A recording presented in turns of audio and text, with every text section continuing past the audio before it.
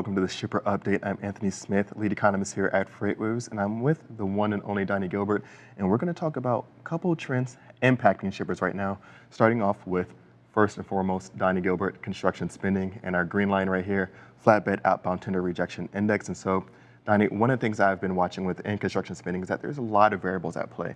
So shippers that are within housing and construction or have some kind of ties to it really need to be watching out what's going on, not just within flatbed, but of course how it's going to be relating to the overall freight market with construction trends, housing trends, and those downstream impacts, because that's one of the things I really care about with housing and construction is those downstream impacts, because of course those building product materials, lumber, windows, siding, doors, foundation, all that good stuff, it's going to have traveled by freight. But there's downstream implications once those new homes go up, whether it's new furniture or appliances, because we all need to have the latest appliance. Did you know they have smart refrigerators now? Oh yeah. They have smart refrigerators. What you need to order before you even know what's in there. Exactly. So we have all that. When we look at the housing here, construction spending, flatbed was one of the later ones to actually start to recover. Mm-hmm. So have we, and there was some issues there.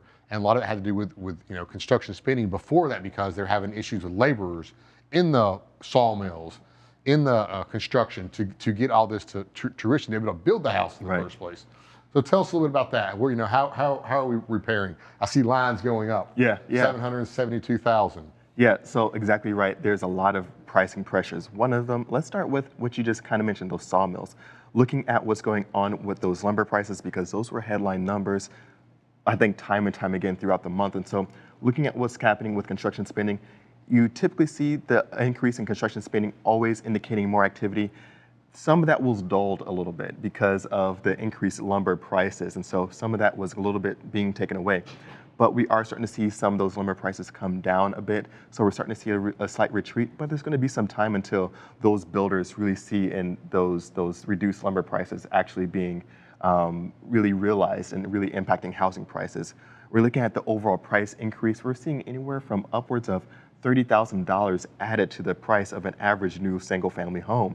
And so this price increase was definitely significant. The other big thing is that we usually look at housing starts as a leading indicator. I always look at housing starts and what's going on with industrial production. Housing starts for what's going on with the consumers, industrial production, of course, what's going on within manufacturing, kind of like canary in the coal mines.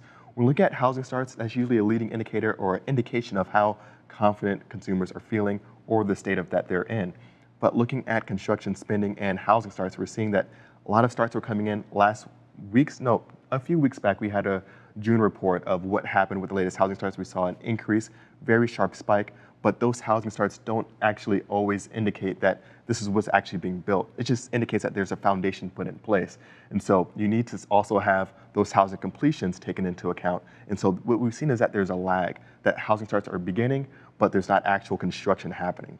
So we talked about months ago, lumber prices going up. Mm-hmm.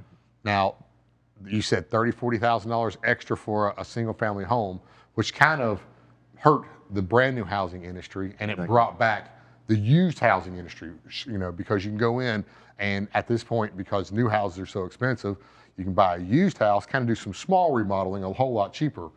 Now that this is maybe starting to change some as lumber prices come down, you think this is going to help out our shippers with, the brand new appliances? Because, when you buy a used house, it's maybe not all the furniture is in there, but you have, a lot of it already in there.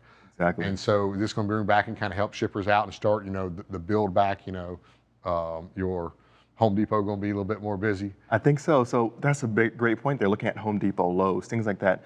One of the big areas that really ramped up throughout the pandemic was, of course, home improvement sectors.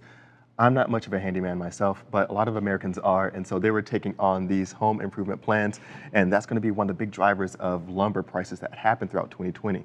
We're seeing a lot of that's being reduced throughout 2021, a lot more people getting outside the house, taking vacations, things like that, not stuck in the house, not putting up a new shed or taking out a wall and putting something else up. So that's going to be one of the areas that's going to kind of take away some pricing pressure from those lumber prices from some of those shippers. But we are seeing for those shippers that are really tied into appliances, there are delays. And we're starting to see that shippers were buying up or really putting in these new orders for appliances before the homes were even ready, just in anticipation that there's going to be a long wait time for some of these things to come in. So for sure, when we're looking at those shippers, tied to those appliances, that's going to be a huge factor. Existing homes, definitely a tight inventory right now, so that's also going to put a lot of upward pricing pressure on that segment.